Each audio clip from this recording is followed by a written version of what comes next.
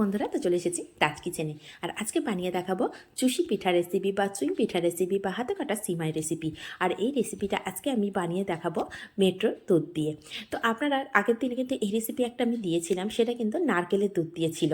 তো নারকেল দুধ দিয়ে বানিয়েছিলাম, তার টেস্ট একরকম, আর এটা যে কোনো ড্রেয়ারি দুধ দিয়ে বানালে কিন্তু টেস্ট অন্যরকম হয়ে যায়। তো কে কীভাবে বানিয়েছেন অবশ্যই কিন্তু কমেন্ট করতে ভুলবেন না। আর যারা আমার চ্যানেলে নতুন বন্ধু, তাদের কাছে অনুরোধ রইল, প্লিজ চ্যানেলটিকে সাবস্ক্রাইব করে পাশে থাকা বেল আইকনটি প্রেস করে রাখবেন, যাতে করে যখনই আমি কোনো নিত্য নতুন রেসিপি আপলোড করব সবার আগে আপনাদের কাছে পৌঁছে যাবে। তাহলে চলুন স্কিপ না করে দেখতে থাকুন যে কতটা সহজে এই পিঠাটা বানিয়েছি। আর এই পিঠাটা অবশ্যই আমার ডেসক্রিপশানে দেওয়া রয়েছে, কীভাবে আমি বানিয়েছি, অবশ্যই ডেসক্রিপশানটা ফলো করে নেবেন। তো এখানে আমি দুধ নিয়েছি, 1 কেজি দুধ নিয়েছিলাম। সেটাকে ভালো করে জাল করে ঘন করে নিয়েছি, নিয়ে সম্পূর্ণ আমি হাফ করে নিয়েছি। আর যখন আমি যে পাত্রে জাল করে নিয়েছিলাম, ঘন করে নিয়েছিলাম, সেটাকে ঢাললাম, দেখেই বুঝতে পারলেন যে কতটা মালাই পড়লো, তাহলেই বুঝতে পারছেন কতটা ঘন করে জাল করে নিয়েছি। তো টেস্টটাকে বাড়ানোর জন্য দিয়ে দিলাম একটি তেজপাতাকে 2 ভাগ করে দিয়েছি, আর 2টো এলাচ দিয়েছি। তো এখান থেকে দুধটা হালকা গরম হয়ে গেছে, গ্যাসের ফ্লেমটা কিন্তু অন করা আছে। সেই পর্যায়ে আমি সামান্য একটু দুধ তুলে নিয়েছি, নিয়ে এখানে 1/4 কাপ পাউডার দুধ নিয়েছি। এই দুধটাকে ভালো করে একটু লিকুইড দুধের সঙ্গে ভালো করে মিশিয়ে নেব। এতে করে যে পিঠাটা বানাবো সেটা কিন্তু অনেকটাই টেস্ট হবে, সেই জন্যই পাউডার দুধটা ব্যবহার করেছি। যদি পাউডার দুধ ব্যবহার না করতে চান, সেক্ষেত্রে লিকুইড দুধের পরিমাণটা একটু বাড়িয়ে দিতে পারেন, দিয়ে ঘন করে জাল করে নিলে কিন্তু তারও টেস্ট অনেকটাই বেশি হয়। তো এইভাবে আমি নাড়াচাড়া করতে করতে ঘন করে নিচ্ছি আরও একটু। খুব বেশি ঘন করব না, জাল করে নেব, যেহেতু আমি আগে থেকেই জাল করে আমি ঘন করে রেখেছিলাম, তার উপর আবার পাউডার দুধ মিশিয়েছি, এমনিতেই অনেকটা ঘন হয়ে গেছে। তো দিয়ে দিলাম স্বাদটাকে বাড়ানোর জন্য সামান্য একটু লবণ, দিয়ে খুব ভালো করে একটু ফুটিয়ে নিয়েছি। ফোটানো হয়ে গেছে, এখানে আমি দিয়ে দিলাম প্রায় 200 থেকে 250 গ্রাম মতো লিকুইড খেজুরের গুড়।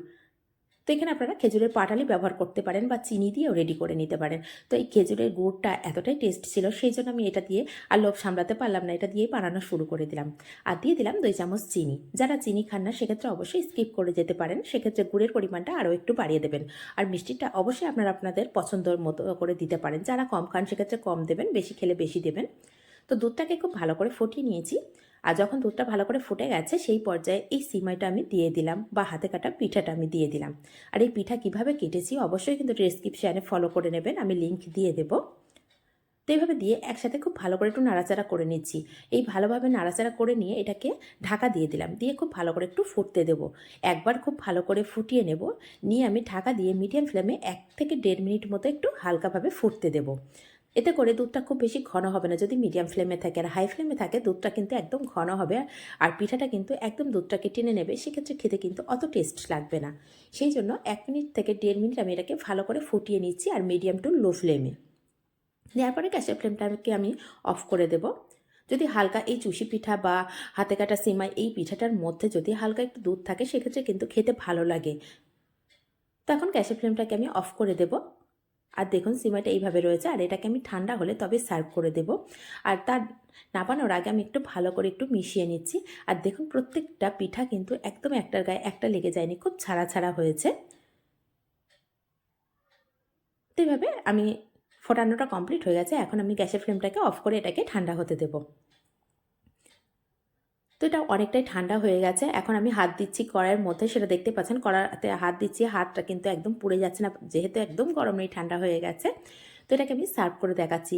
আর প্রথমে যখন চামচটা দিয়ে তুলছি তখন দেখেই বুঝতে পারছেন যে কতটা ঘন হয়েছে, আর ওপরে কিন্তু হালকা করে একটা মালাই জমে গেছে, তাহলে বুঝতে পারছেন যে এটা খেতে কিন্তু অনেক টেস্ট হবে।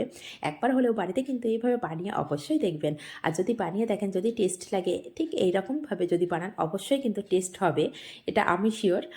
যেহেতু এটা অনেকটাই টেস্ট হয়েছে, তাহলে কিন্তু বন্ধুদের মাঝে শেয়ার করতে কিন্তু একদমই ভুলবেন না। আর যদি এইভাবে বানান তাহলে কেমন হয়েছে কমেন্ট করতেও কিন্তু একদম ভুলবেন না।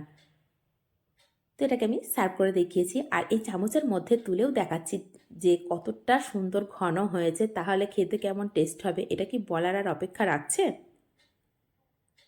আর সিমাইগুলো তুলে দেখিয়ে দিচ্ছি, দেখুন কত সুন্দরভাবে ছাড়া ছাড়া হয়েছে। তাহলে